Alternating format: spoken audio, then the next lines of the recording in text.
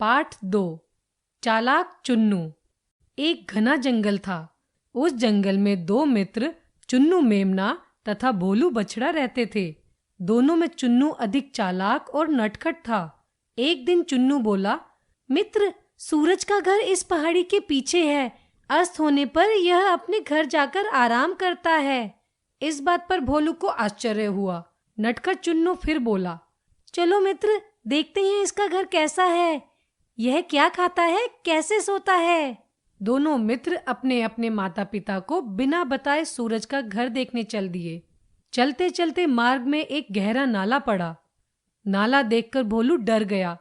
वह बोला, भाई वापस चलो, मुझे तो डर लगता है। चुन्नू बोला, तुम तो डरपोक हो, मुझे तो किसी चीज से भी डर नहीं लगता। उसने छलांग लगाई और नाले की दूसरी ओर पहुंच गया। चुन्नू को देखकर भोलू ने भी छलांग लगाई और नाला पार कर लिया। चलते चलते कुछ दूरी पर उन्हें एक पत्थर दिखाई दिया। वे दोनों जैसे ही पत्थर के पास पहुंचे, उन्होंने देखा कि दूर से दिखाई देने वाला पत्थर वास्तव में एक थैला था। उस थैले में भालू, शेर, भेड़िए और लोमड़ी की खालें ठूस ठूस कर भरी थी। थैला लेकर दोनों मित्र पहाड़ी के ऊपर जा पहुंचे। वहां एक तंबू लगा था। उसमें से ढोलक और गाने की मधुर ध्वनि सुनाई दे रही थी। चुन्नू ने तुरंत दरवाजा खोल दिया। तंबू का दरवाजा खुलते ही दोनों मित्र आश्चर्यचकित रह गए। यहां तो दावत चल रही थी।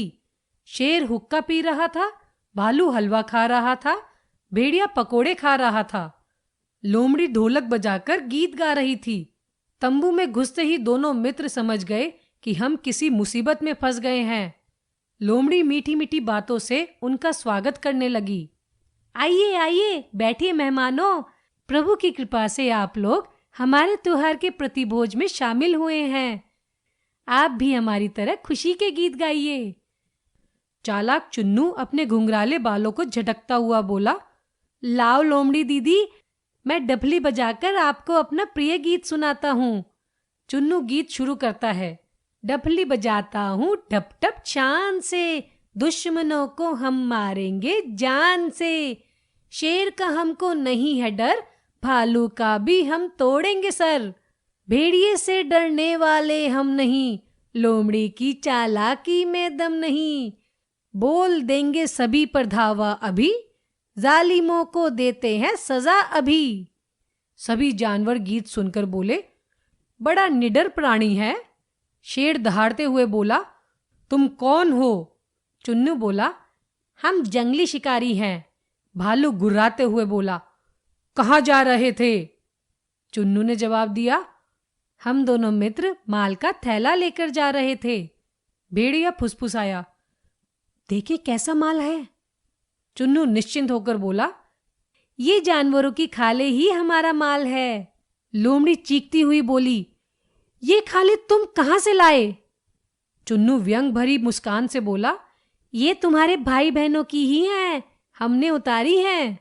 यह सुनते ही शेर, भालू, भेड़िया और लोमड़ी अपनी अपनी आवाजों में भय से चीखने लगे और तंबू छोड़कर भाग खड़े हुए। हिंसक जंतुओं द्वारा छोड़े गए शेष व्यंजन दोनों मित्रों ने बड़े चाव से खाए। फिर चुन्नू ने वहां अधिक समय तक रहना उचित नहीं समझा और दोनों वहां से भाग निकले।